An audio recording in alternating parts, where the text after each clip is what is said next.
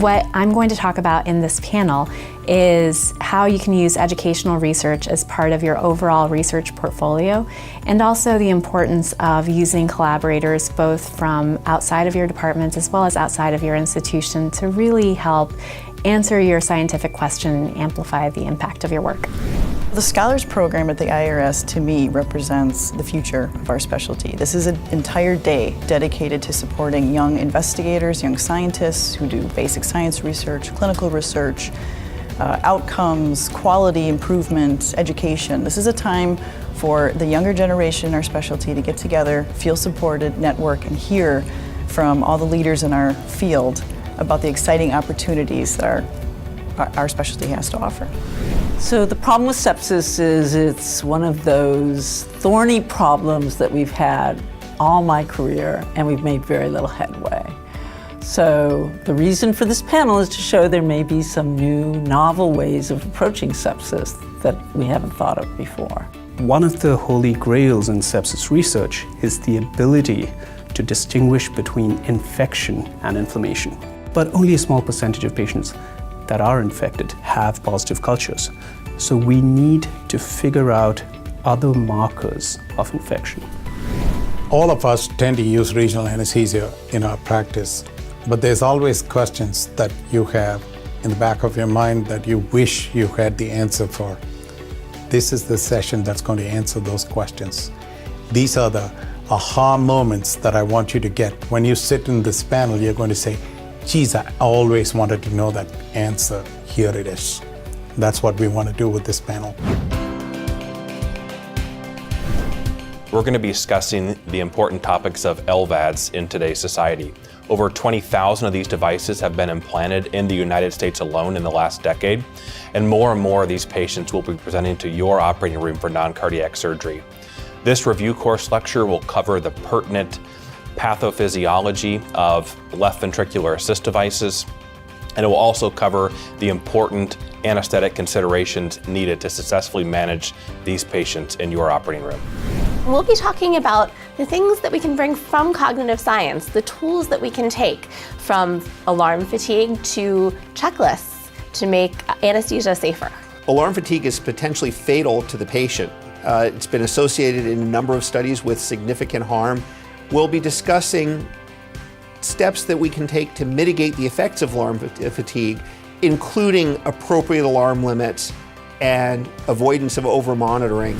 We want to look at brain function under anesthesia and look at critical periods of plasticity, followed by talk that'll be discussing preclinical studies that have been done, and we want to see if these are always reproducible. People don't realize it yet, but anesthesiology can really make some, I think, huge fundamental contributions to developmental neuroscience that will not only change and improve how we care for patients in our domain, but also could really help a lot of kids who are struggling with developmental problems in general and in other fields.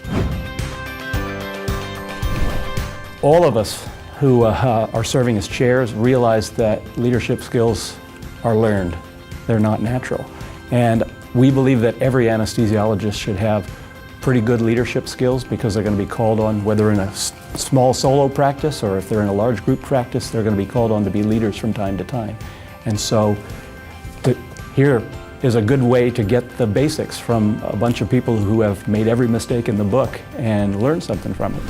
Thinking about anesthesia-related research questions in isolation may not be the most efficient way to do it. That really accepting the knowledge and guidance and mentorship from colleagues outside of anesthesia can really help advance the science that we work on. We are able to sustain patients through long periods of organ failure, that we can chronically replace many of those aspects of organ dysfunction, and that this is available to us today, and we need to know how to incorporate it into our practice. The obesity epidemic has ever increased and has not yet plateaued, and we are going to continue to see an ever-increasing demand in expertise in how to manage these patients effectively and safely. And I think that's something that we encounter in daily practice, but it still makes many practitioners uncomfortable. And we want to try to fill the gap in education and hopefully also in skill set. Teaching in a fast-paced, high-pressure environment in the OR can be very demanding. High clinical workload and increasing administrative burden don't make it easy either. And all these factors are unlikely to change in the future. Yet there seems to be a gap when it comes to covering this aspect of faculty development. And this is exactly where this talk comes in. It will provide the audience with teaching strategies that are easy, simple, time efficient, and successful. I think they'll be able to recognize and articulate when they're seeing something that's unprofessional and figure out a way to approach the individual that's engaging in that behavior in a way that's proactive and can help correct the problem before it becomes a major problem.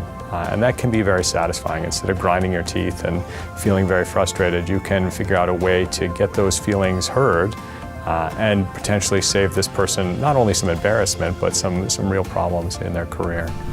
The opioid epidemic is something that has touched all of us, both personally in our families as well as our profession as physicians.